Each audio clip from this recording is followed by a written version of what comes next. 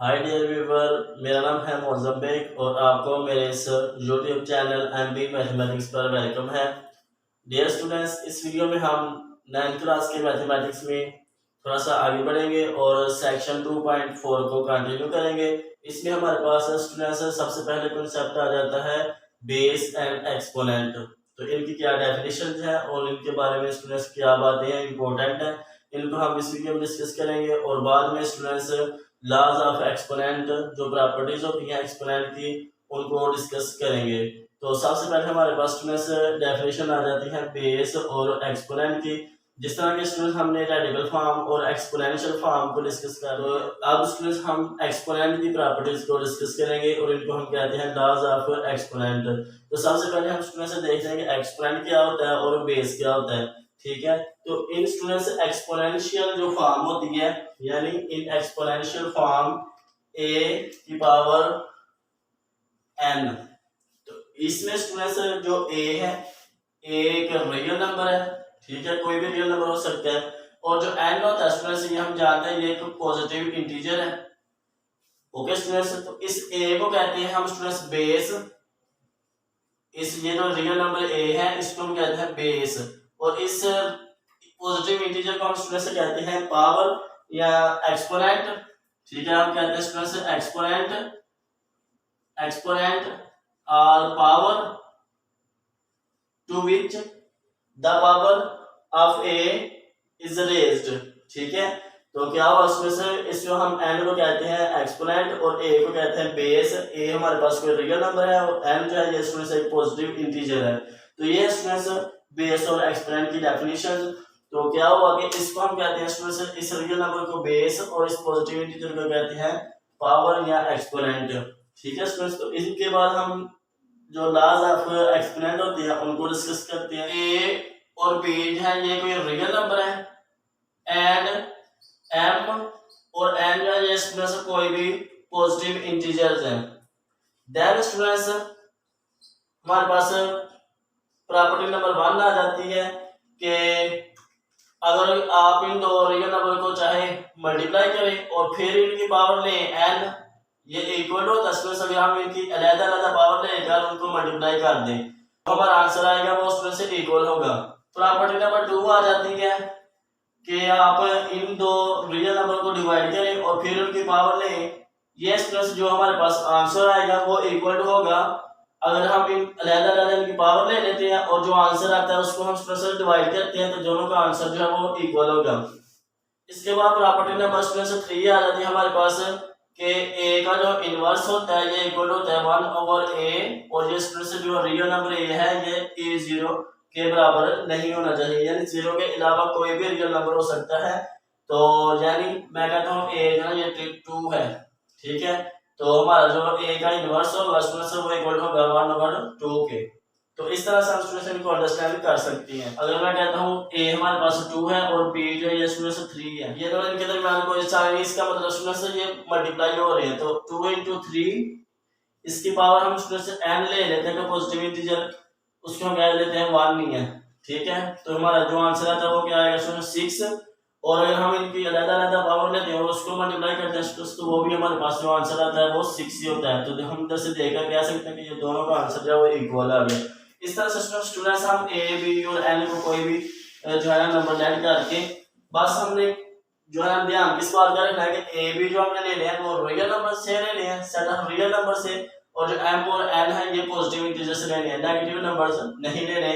ठीक है स्टूडेंट्स, तो इसके बाद प्रॉपर्टी नंबर 4 आ जाती है हमारे पास कि अगर हम किसी रियल नंबर ए की पावर 0 लें तो वो इक्वल टू आती है स्टूडेंट्स 1 के। और इधर भी जो है ये लिखना जरूरी है कि ए नॉट इक्वल टू 0 होना चाहिए, यानी अगर हम कहते हैं ए इज इक्वल टू 0 तो 0 की जो पावर होती है स्टूडेंट्स ये अनडिफाइंड फॉर्म होती है।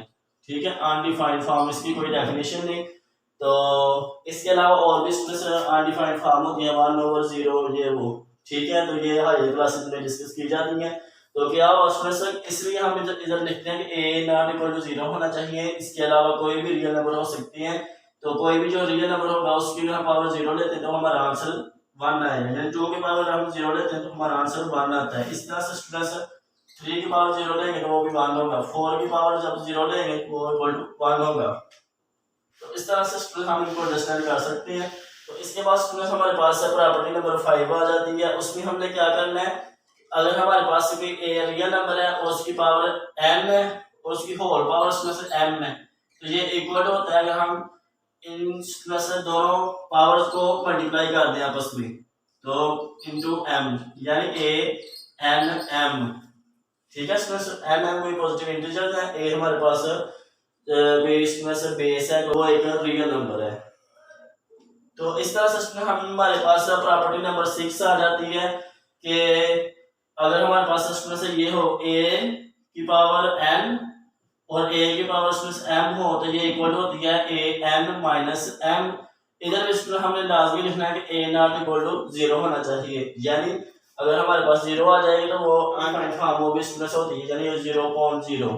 ठीक है, तो हमने क्या 0 रेसिप्रोकल में यानी बड़े में डिनोमिनेटर को भी 0 नहीं होने देना और 0 की पावर 0 भी नहीं लेनी। ठीक है, तो जहां भी हमारे पास डिनोमिनेटर में 0 होगा वहां हम कह देंगे कि a हमारे पास नॉट इक्वल टू 0 होना चाहिए। ठीक है, हम जनरल चूंकि ले रहे हैं, a कोई रियल नंबर है वो हम जनरल बता रहे हैं, कोई से भी आप ले सकते हैं, लेकिन हमने साथ कह दिया कि 0 की नहीं लेना बस आपने। ठीक है, तो इसके बाद हमारे पास स्टूडेंट्स प्रॉपर्टी नंबर 7 आ जाती है।